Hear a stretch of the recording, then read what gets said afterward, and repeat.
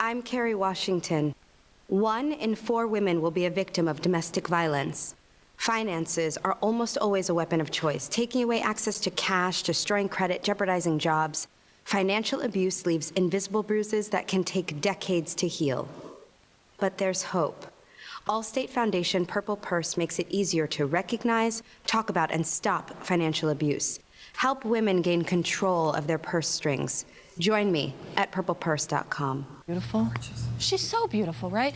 October is Domestic Violence Awareness Month. This morning we were talking about women who experience financial abuse in a relationship. Here to break it down for us is financial expert Robbin Itkin. Good morning to you. Good morning. Thank you for having me. So make the connection for us and tell us why Kerry Washington is speaking out. Okay, she's speaking out on something that's really hasn't been recognized, but it's existed forever, and that is financial abuse. We know domestic violence when someone's battering someone and hurting them physically. We know when there's verbal attacks to make someone feel not worth anything.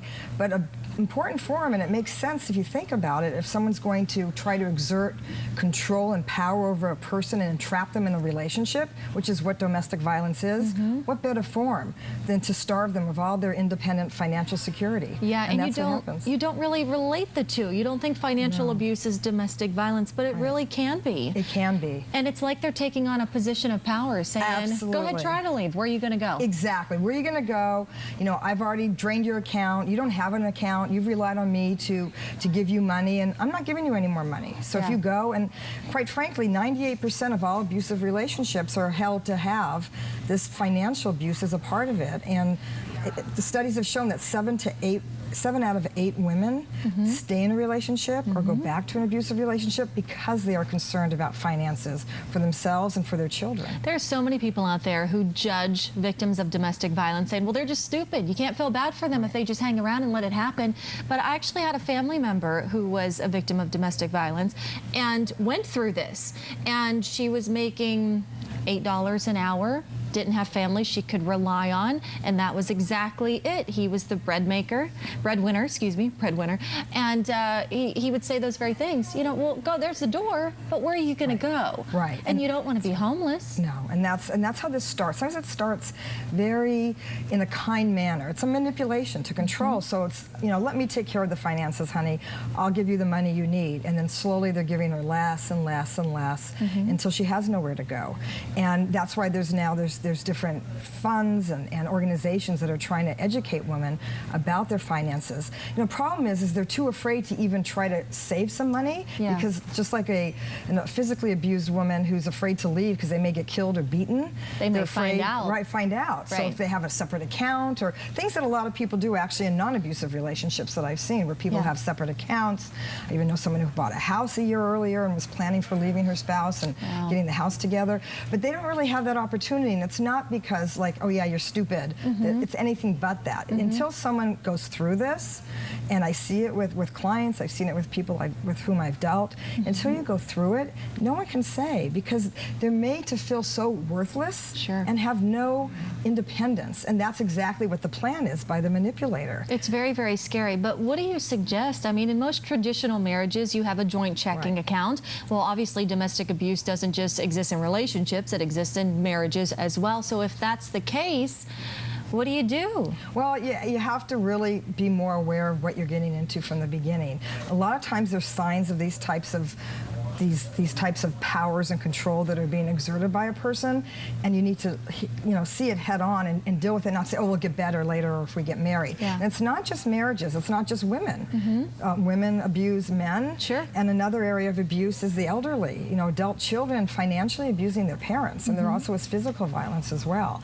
So you really have to understand and see the signs, and there are programs that help educate women and help financially support them now. We've always heard about, you know, legislation and homes for domestic violence, for physical violence, for a woman to have a safe haven.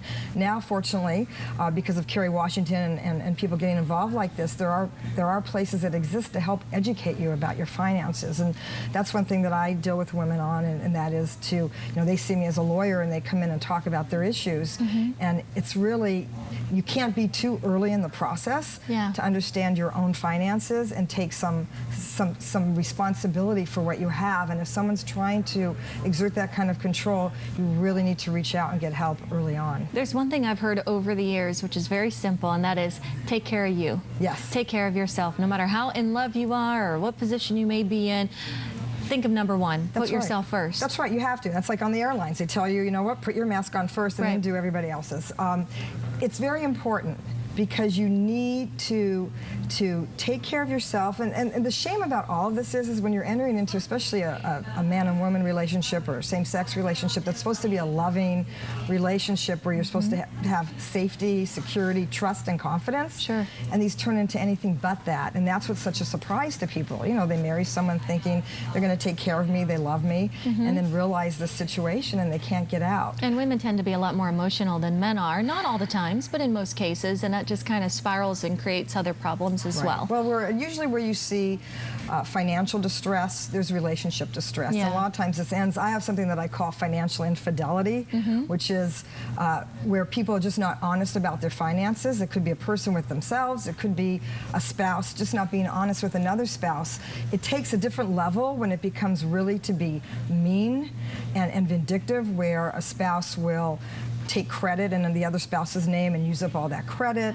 There's identity theft. Yep. There's those things that are very destructive to a relationship that happens. So it's like everything else, you have to be aware, and it's a shame to say it, but no matter what relationship you're in, you have to be conscious of the fact that you've got to take care of yourself, because you just don't know. And what could be, unfortunately, a beautiful relationship today may not be that way in several years. Yeah. And you just have to plan for the worst, which is an unfortunate thing. Well, thank you for sharing all that. Thank you for your time this morning. Thank you. Pleasure to be here.